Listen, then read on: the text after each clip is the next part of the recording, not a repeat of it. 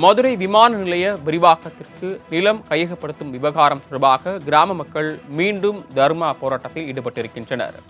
கூடுதல் விவரங்களை செய்தியாளர் சுந்தரபாண்டியன் வழங்க கேட்கலாம். சுந்தரபாண்டியன், விவரங்கள். நிச்சயமாக சரவணன்.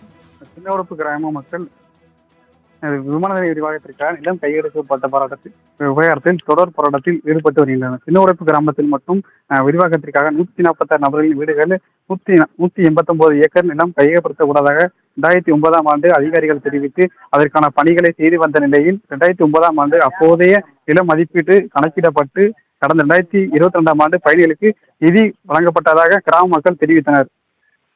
இப்பகுதி மக்களுக்கு வழங்கப்பட்ட தொகை போதுமானதாக இல்லை எனவும் 2009 கணக்கீட்டின்படி வழங்கப்பட்ட நிதியை 2013 எடுப்பு சட்டப்படி கணக்கிட்டு வழங்க வேண்டும் என தெரிவித்து வருகின்றனர். மேலும் வீடுகளை இழந்த தங்களுக்கு அரசு 3 சென்ட் இடம் ஒதுக்கீடு செய்து அதில் மீள் குடியேற்றம், குடியிருப்பு அனைத்து வசதிகளும் செய்து தர வேண்டும் என கோரிக்கை விடுத்து அதுவரை தாங்கள் வீடுகளை காலி செய்ய மாட்டோம் என கடந்த 13ஆம் தேதி தொடர் போராட்டத்தில் ஈடுபட்டனர்.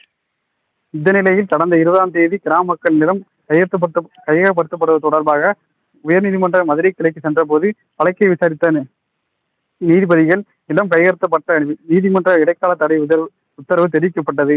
நிலம் கையெழுத்தப்பட்ட சட்ட பிரிவின்படி நோட்டீஸ் வழங்க வேண்டும். அதனை பின்பற்றி நிலங்கள் கையகப்படுத்தலாம். அதுவரை எந்த நடவடிக்கையும் மேற்கொள்ளக்கூடாது என தெரிவிக்கப்பட்டது. தங்களுக்கு சாதகமாக தீர்ப்பு வந்ததால் தற்காலிகமாக போராட்டத்தை வாபஸ் பெறுவதாக போராட்டக் குழுவினர் தெரிவித்தனர். இதனுடைய வழக்கு விசாரணை வரும் 11ஆம் தேதி உயர்நீதிமன்ற மதுரை கிளையில் வரவுள்ள நிலையில் சின்னவரப்பு கிராம மக்கள் 200க்கும் மேற்பட்டோர் மீண்டும் தொடர் போராட்டத்தில் ஈடுபட்டுள்ளனர். சரவணன்.